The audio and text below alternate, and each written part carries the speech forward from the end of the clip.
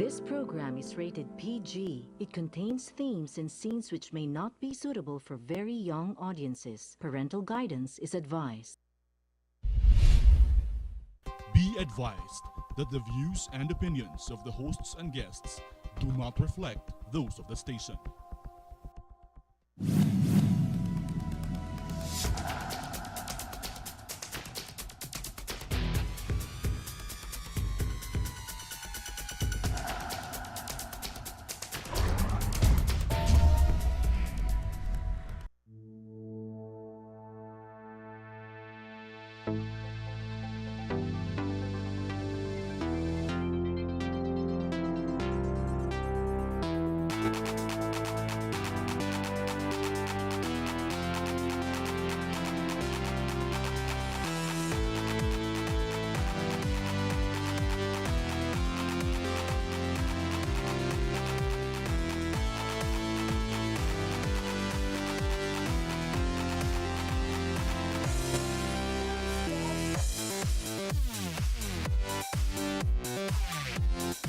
Hello, my name is Harry Tambuatco. Welcome to our program. Now, the topic we're going to discuss today is going to be about the church and the president. Now, does the church have any biases, or has this happened before? Or do we believe in the saying the church and the state are two different entities? Either way, there is a word war that continues, in spite of the truths that both sides supposedly made some 6-8 months ago. This relentless word war is already beginning to affect a lot of people. People who are the faithful, because after all, the Filipinos are what, 96% Catholic. Well, reducing kasi marami ng Christian faiths coming up. Either way, I'm not sure it's a good idea, but it seems the word war will continue if not escalate. Now, is it the CBCP? Is it Cardinal Tagle, the Archbishop supposed to be? Is it the independent bishops and or priests? Because it seems to be happening all over the country. Or is it the media that's hyping it up? Or is it the opposition that likes to hype it up to make the president look back? Either way, we have with us an old friend, a politician, and let's see, a citizen today, and mind you, a columnist, an author, you name it, this man has it. Bono Adaza. How are you? I'm fine.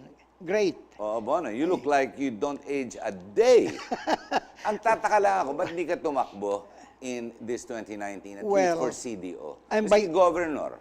I'm biding my time because, you know, the fights on the local level are over for me, you know.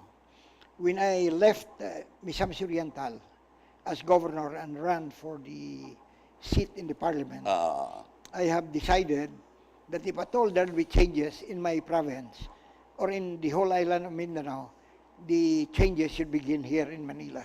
And this is the place to do battle. Okay. So, in other words, national tatakbuhan mo, ba't di ka tumakbo na national? Well, there are a number of people Miski party list ka lang. who are telling national me. Yun. But my wife spent a lot of money the last time I ran for senator. And the Cory machine Yes, yes. dismantled us, not by the electoral, not by the election. No, yes, we got elected, but we could not be proclaimed. You know, in the fight between the Cory group and the Grand Alliance for Democracy, the truth of the matter is settled out of the 24 senators, were 12 people of Grand Alliance, 10 only of Cory, and the 2 were still disputed. Yes. No. So, well, the rest is history, no? And the greatest manipulation of the electoral results in this country was first done in the Cory period. Because way back in 86, Yes, because during the time of Marcos, I survived. Yes, I know. I fought Marcos. I was one of 2 governors in the opposition that got elected under conditions of martial law. Are you happy with the current local considerations and the governor that is now sitting and the congressman?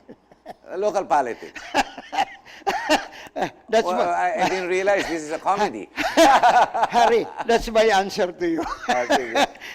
Let's stay on topic. May problema tayo eh. It seems mukhang well, there is a word war. Yung dalawa, President Duterte and different bishops. Not one, not just Pabilo, but maybe 3 or 4 of them. And of course, the guy who likes to call himself the running priest, di ba? Walang ginawa kung hindi talagang banata ng presidente. Where do you stand with that? Before we break it down. Well, I'm Roman Catholic to begin with. No? Same but, here. But my judgment is the church and the president deserve each other. Is that a good thing to be vocal? Because after all, this democracy, as the president says, go and say what you want. Di ba? Ganun ang presidente. Yeah. Well, Diba? that's what I want to do. As a matter of fact, the last time, remember, I wrote in the Manila Times for Yes, about yes. a year. No? My column, which was my column also when I was editor-in-chief of the Philippine Collegian at UP, Diliman Way. No? Thanks to you, because you are the first one to mention it to Dante Ang that I ought to write in the Manila Times, and I did. Yes, you did. But you know, after a while, my wife was complaining. She said, "What's the matter with you? Why are you waging a world war with President Duterte?" You were at the time. Yes, it's unhealthy for you to do that. She was saying so. Okay, to please my commander-in-chief, who has stuck it out with me for more than 50 years. Stuck it out for more than 50 years, despite my irreverence. No, but you're always outspoken. But you don't hit on people, you hit on issues. You've That's always hit on issues. You know, always. because, Harry, I learned that for the first time when so many people at the University of the Philippines filed libel cases against me, inciting to sedition cases, and in libel especially, I was able to make the correct distinction. That libel is when you call somebody insane. That's libel. That's libelous per se.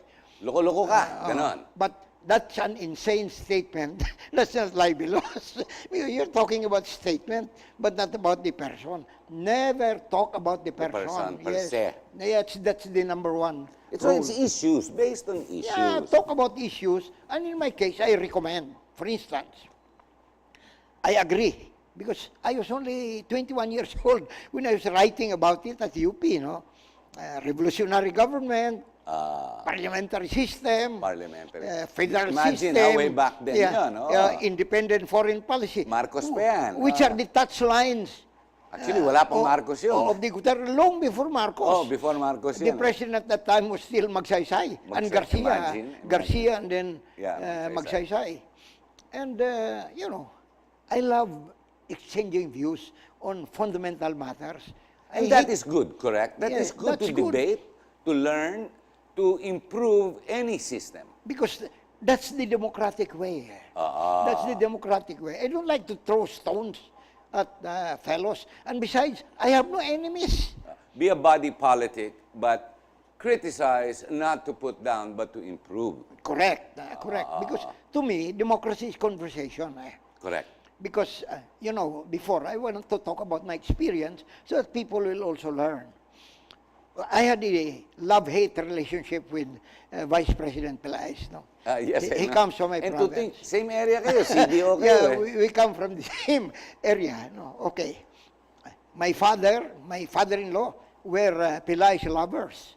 Yeah. For a time, I was also a Pelaez lover. I met the old man, yes. Then eventually, we fought each other, on the political level. And Manning Pelaez was, in a sense, very brilliant man. But Yeah, you uphold him in your books. yes, but he was a traditional politician. So he didn't like some young men from Misamis Oriental contesting his fundamental ideas. So at times, when we met each other at the airport and he sees me at a distance, he makes it a point to go to the comfort room in order Para walang to conflict. avoid me. But I am a little mischievous. I follow him to the comfort room. And when he was in the process, I tapped him on the shoulder and said, "Ning, good morning. I want to say good morning to you." Because, I love to exchange views with you. Our president now, President Duterte, promotes democracy. He always says there is nothing wrong when people rally and they want to go out. In fact, he joins the rallies. I remember the sauna of, was it 2 saunas ago, where he joined mga relihista sa baba ng Congress, di ba? Yeah, I He went remember. down, he talked to them, even though they were carrying placards of Because alam mo naman mga komunista, put anybody and everybody down. Now, he's promoted this. In Malacanang, when there were rallies, especially the Lumans or some farmers that came down to Malacanang, bumababa siya. He's supposed to be a person that talks to the masses. Now, bakit nagkakaganito yung simbahan, yung mga pare, tsaka si Duterte? Is it because he's not a Roman Catholic? Because he is Catholic, so he says. But, he used to be a Catholic. yeah, used to be. Hindi Yes. practicing, I mean, you know. Yeah. But Catholic pa rin, he is not. No, he was a Catholic at the beginning. Yeah, but he has not said, I no longer am.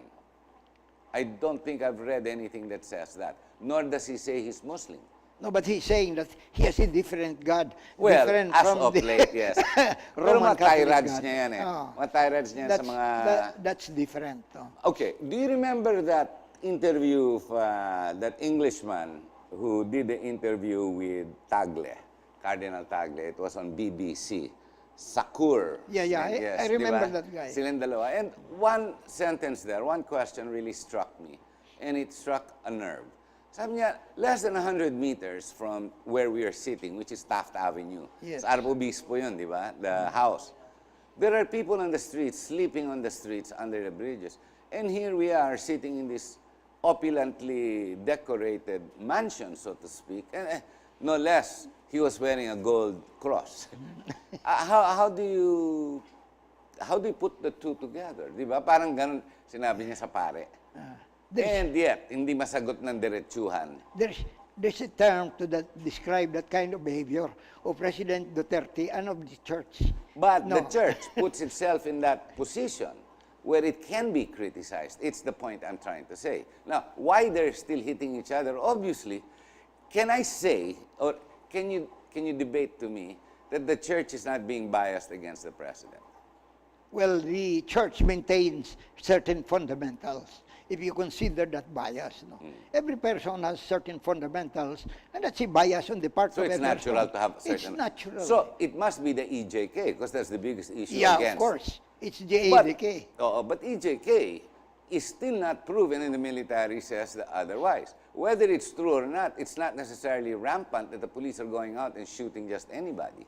It's the war against drugs supposed to be. You know, what I've always said is this. The policies of President Duterte are good, but the implementation is very bad. It Like what means- happened kay yeah, Bato. But yeah. look, he's running for the Senate. Yeah. Bono. The same guy who implemented that Yeah. is running for the Senate. That's his problem. No? It's a major problem on the part of the president. And maybe he's about to reach midterm. It's about time he re-examines the attachment to the KKK principle. Okay. Kaya Aggression. the same principle as Pinoy. Yeah, the same problem as Pinoy. What should he stick to the principle of Pinoy when it's bad? No? KKK. Yeah, KKK. Kaibigan, Kaibigan, kaklase, yeah. Kaklase, kababayan, yeah. kabarilan, kainuman. Kaibigan, It's bad. kapatid, etc. Okay. I've said that during the time Pinoy over and over again. It's bad. No? Because, you know, when I had a conversation with President Ramos, maybe the first month when he was in office, his executive Di secretary ba was my Ramos friend. is atheist? Hindi naman siya katoliko eh. Hindi, He was always- he's an outsider, as a matter of fact. This I want to tell you. When they were deciding who will be the official candidate of Cory, and the fellows around Cory were mentioning names, Mitra, no, unpopular. Ang popular, Ramos, no, he's not Catholic. hindi Catholic. He's not Catholic now. But, you know, she ended up with Ramos, who was not the Catholic president, di ba? It really did not matter, didn't it? Probably it did not matter at the time because of the support of Cory. But, you know, presidents should not be sensitive to criticism. But one can be sensitive to criticism on his person. And I don't blame him. I don't blame him. You know, his problem with the church is they're going down to the level of personalities. Tinitira talaga Yeah. siya. Si Pabilo, sino ba yan? The running priests. Yeah, when you go down to personalities, you expect the other guy also to react. go down to personalities. And maybe this should be a reminder for both the Catholic Church and the President that when you libel someone and he answers back, the answer is not libel. They should know that there should be a fine distinction. Well, in one law. is a reaction to the action. The reaction to a libelous statement It does is not not, make it, it's not not libelous anymore. It's not libelous anymore. So in this case, sino yung libelous dito? Sino nauna? Yeah, both of them should determine that. Ano sabi ni The President? church is maintaining kasi that the one who did it first was the president because of the incidents in Ateneo de Davao. Doon ba nag-umpisa yun? Doon nag-umpisa yun. I didn't even know doon No, but- nag-umpisa. But why should the church be offended? Ayun. It has happened not only in Davao, but in many other places. They are offended probably because they think that the complaint of the president is not true. Ayun. But that's a matter of proof, hindi ba? It's the word of the president, and it should be the word of the priest. But is the priest still alive? That's what should be determined. So, this is highly personal, but it does not involve one person, one priest, or one bishop. It involves about 5 or 10 of them, so it Yes, seems. that's why the problem, Harry, is really a question of perception of both. No? Perception on the part of the president and perception on the part of the Catholic Church. This is not good for both sides. Of course, of course. Those who like the president, madidismaya sa simbahan. Oh. And those who are close Catholics, Dismaya madidismaya kay naman kay Presidente. Duterte. It's not So, good. both of them will suffer the consequence. No, the country is the one that will suffer. Ayun. The one that will suffer most is the country. So either way, mali ito nangyayari. Mali. As a matter of fact, I've always been cautioning, no? Everybody, not just the president of the Catholic Church, there is no substitute to rational and intelligent conversation. I very agree. I agree with that. Iba rational tsaka intelligent Yes. conversation. Yes.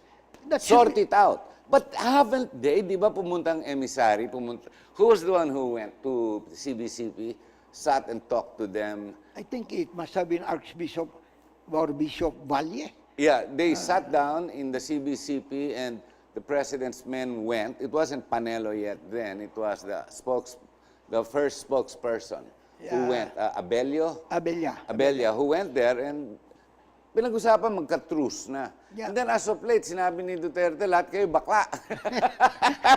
The main problem is this. When you go down to rational and intelligent discussion, it should be serious. No joking around. Yeah. Oh. Both groups, no, the group of the president and the group of the Catholic Church, have been behaving in the traditional manner of politicians and churchmen. But haven't they matured? Ano ba naman? No, that's the problem, Harry. We need reorientation of the country, not only of the people, but of the leaders of institutions, political and religious institutions. My God, It should ano, be total- re-education of some sort? Re-education. As a matter of fact, that's why I keep on proposing for a constitutional transition government. You're which still is- promoting it? I'm still promoting it. 6-year period. Yan ang interim. Yeah, reorientation, total reorientation. Because actually, education or reorientation should begin from kindergarten.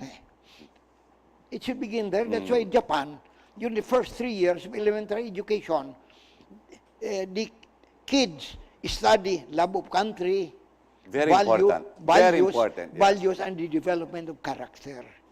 Ayun. That's very important. So that there's at least a national character Yes. that is unified. You can immediately identify that with Japan.